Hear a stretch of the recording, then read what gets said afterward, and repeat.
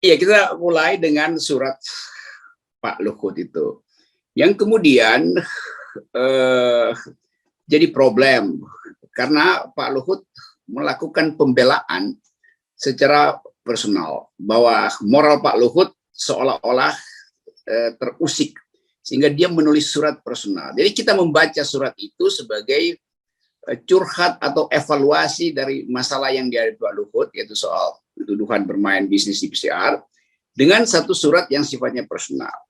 Waktu surat itu dipikirkan oleh Pak Luhut di dalam kepalanya dan melalui hatinya, dia tahu surat itu akan beredar pada publik, juga di WA Group. Jadi Pak Luhut sebetulnya memproduksi karya jurnalistik secara tidak by design, tapi impact-nya begitu tuh. Karena orang kemudian melihat tanggapan dari istri Pak Luhut, Ibu Devi, di dalam Facebook atau di mana itu, yang mengatakan bahwa oke, Pak Luhut menenangkan kami.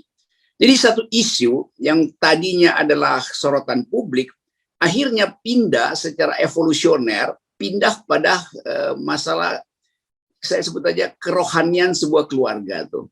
Bagian batin dari sebuah keluarga yang terusik, terganggu tuh. Karena itu kemudian orang ada yang bersimpati dan menganggap oke, Bu Devi itu merasa tenang karena suaminya menenangkan dia melalui surat itu tuh, yang kemudian dipublish dan beredar di Facebook dalam bentuk tanggapan dari atau komentar dari Ibu Devi itu. Jadi kita nggak bisa lihat lagi mana sebetulnya urusan publik, mana urusan privat kan. Nah di situ jadi saya belajar filsafat new philosophy of journalism itu, bahwa yang dipikirkan itu sekarang dia sudah jadi berita, baru dipikirkan udah jadi berita. Dulu berita itu selalu ada delay kan. Berita artinya sesuatu yang disampaikan setelah peristiwa berlangsung. Karena itu disebut berita tuh. Nah sekarang bahkan bukan real time. Berita itu sudah ada ketika masih dipikirkan. Itu yang disebut the speed of thought gitu. Kecepatan pikiran itu bahkan lebih cepat dari kecepatan the speed of light. Karena speed of light dia mesti merambat melalui medium.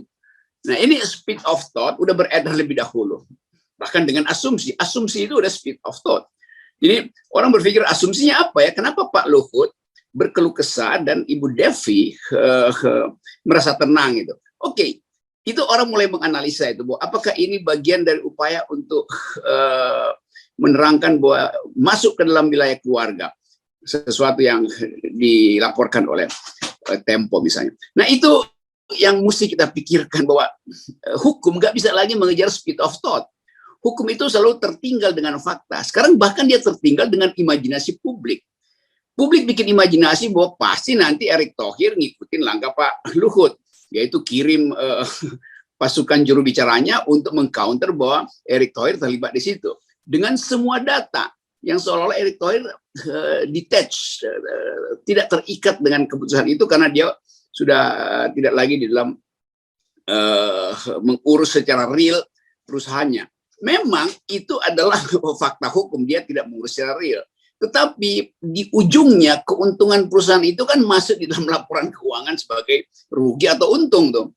Jadi nggak bisa dipisahkan itu. Kecuali kita ambil betul-betul prinsip seperti di Amerika yang disebut sebagai brain trust gitu. Jadi seluruh bisnisnya ditutup aja sama sekali, di freeze di dalam waktu dia berkuasa. Ini kan enggak. Dia diam-diam tentu kita tahu mental pejabat Indonesia, dia masih nguping juga tuh hasil rapat direksi dari perusahaannya tuh. Demikian juga Pak Luhut, apa benar Pak Luhut tidak ikut lagi dengan rapat-rapat direksi? Itu tanda tanya besar di kita karena publik tidak menganggap ada semacam aturan yang ketat. Nah contoh itu diperlihatkan oleh Presiden Jokowi. Kalau Presiden Jokowi ngerti etika itu, dia nggak akan pergi meresmikan perusahaannya John Lee di Kalimantan tuh. Jadi Presiden Jokowi juga nggak paham. Nah karena itu orang menganggap kalau begitu semua isi kabinet sebetulnya bermain-main atau ada bermain-main dalam bisnis PCR tuh. Dengan kata lain, orang naikin lagi analisisnya, berarti Presiden Jokowi dari awal mengambil keuntungan sebetulnya. Sekarang baru mau anggap itu charity karena barangnya udah makin lama udah nggak ada harganya secara ekonomi.